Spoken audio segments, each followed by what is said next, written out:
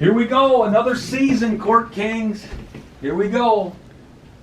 A couple things that are really exciting is the new league that we're going into. After being in the Midwest Basketball League for 4 seasons and having unbelievable success. Most winning team in the Midwest Basketball League, 2 titles, 4 appearances in the Final Four, 4 years in a row.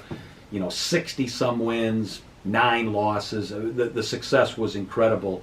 But going into this new league, I think the level of competition goes to another level. We're going to play teams from Lawrence, Kansas, Kansas City, the Quad Cities, teams out of the Twin Cities, Green Bay. Just excited to see the new challenge that's in front of our team, and as we try and now move to another level of minor league basketball in the OBA. Got to be thankful that we had the opportunity to play in that league and get our start there. But there just were some things from the organizational part of it, from the ownership of it, that I think just got a little frustrating for a lot of us. Whether it was postseason tournaments and how things were done and handled, maybe promises made that weren't kept. I mean, it happens. And I really want to be in a league where all the teams are committed. We're going to be in a league with teams that they do things similar to us. They have a dance team. They have a mascot. They play in a good arena. They promote their games. They get a crowd to their games. They'll be run on maybe a more professional basis than some of the teams that we had played over the past 4 years. And that's something that I was looking for. That's something I think our players and our organization were looking for. And again, I think we found that in the OBA. It's a bigger commitment to be in this league, so that's going to be big to see if we can handle that piece of being in the OBA. I think the competition gets ratcheted up to another level.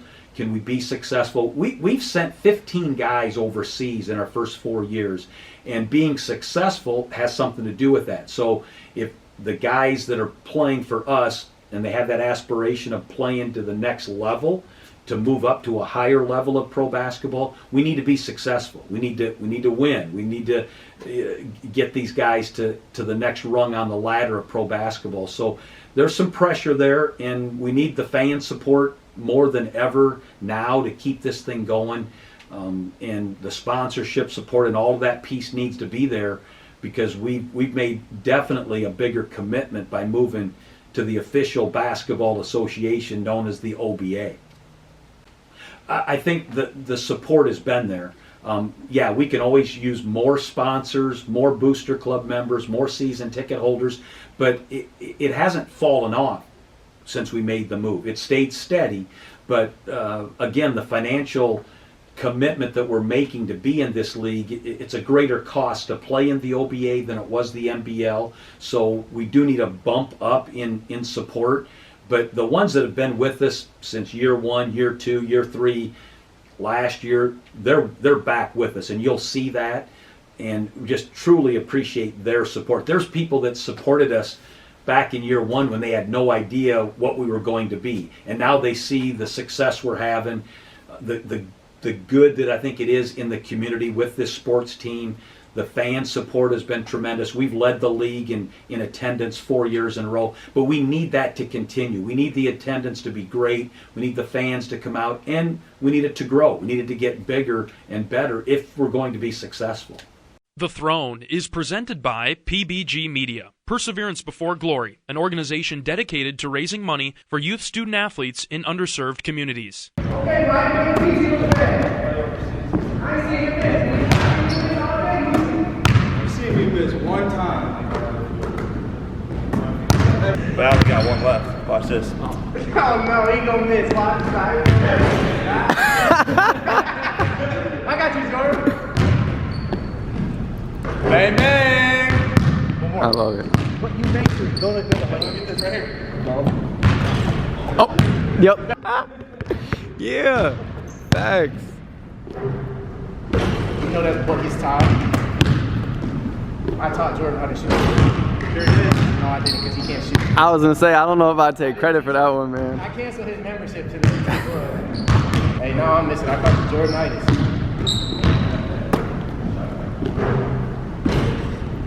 That right here. And one. What we do for the camera time. There we go again, Jordan.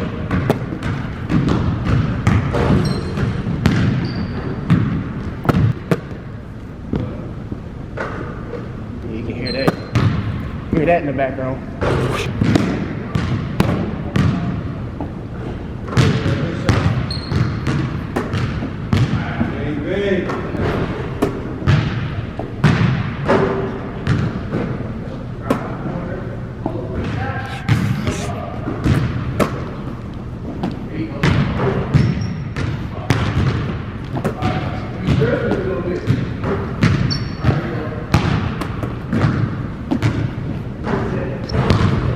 Not making me helping my game. Don't get nervous now.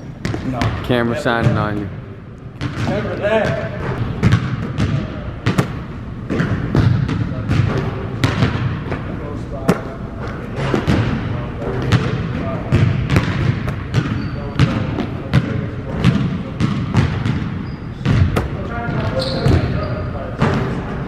Dang! Last one.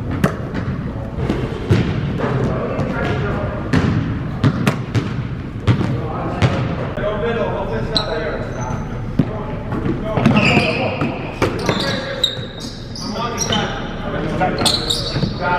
I want this catch to slide over the seat drop. Because we're working on that early stuff.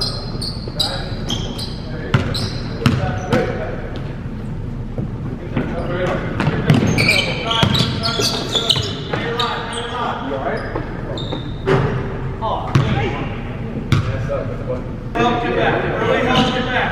Be in position. Be in position. Early help. Eyes up, Ray. Eyes up. Right field.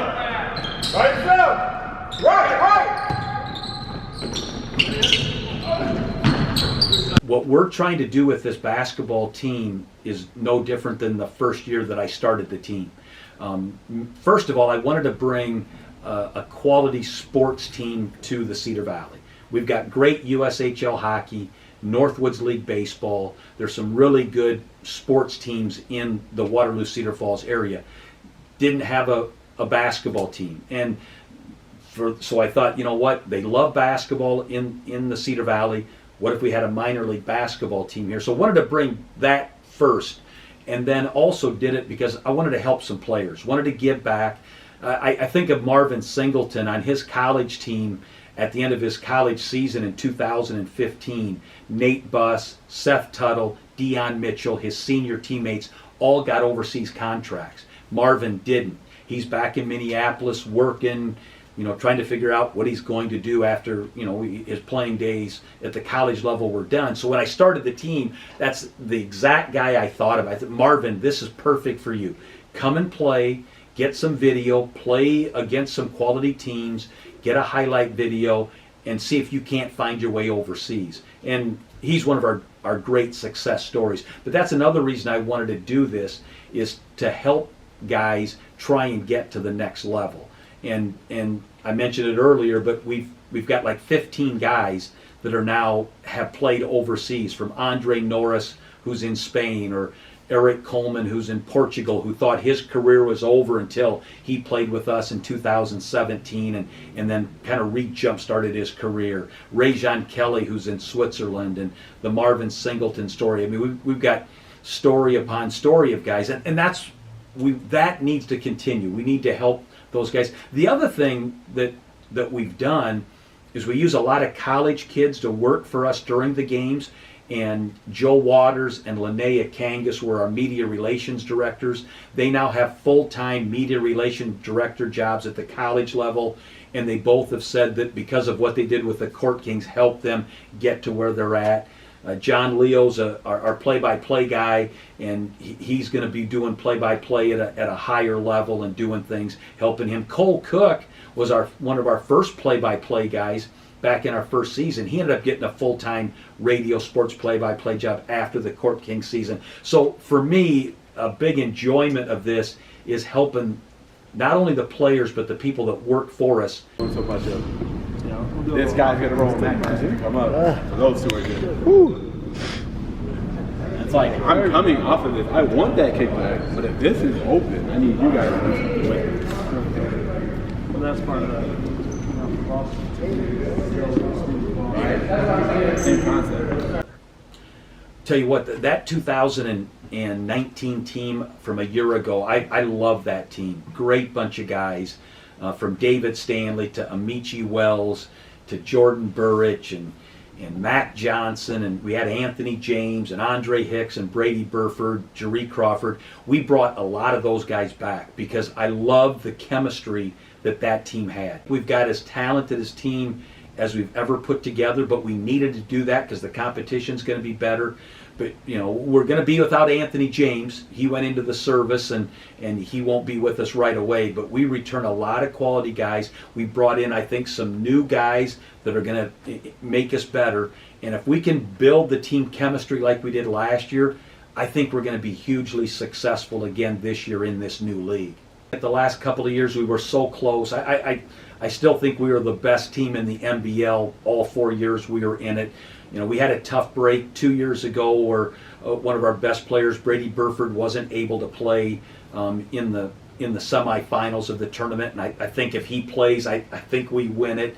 Last year, we had a big lead at halftime over Fort Wayne at their place in the Final Four, and some things just went against us, and we didn't finish the deal. I think bringing back a lot of the guys that we're bringing back, I think that helps. I think they're super focused on finishing the deal. They know that it didn't work out the last couple of years, and we didn't win it all, and we came up short. Even though we had the best overall record during the regular season the past 2 years, we didn't win it all, and these guys want to win, and they want championships. So I think there's a lot of motivation with this group of guys this year to see if we can't get back on top. And being in this league, wanting to win the OBA title as the first team to ever win the OBA championship, I think that's big-time motivation for this group.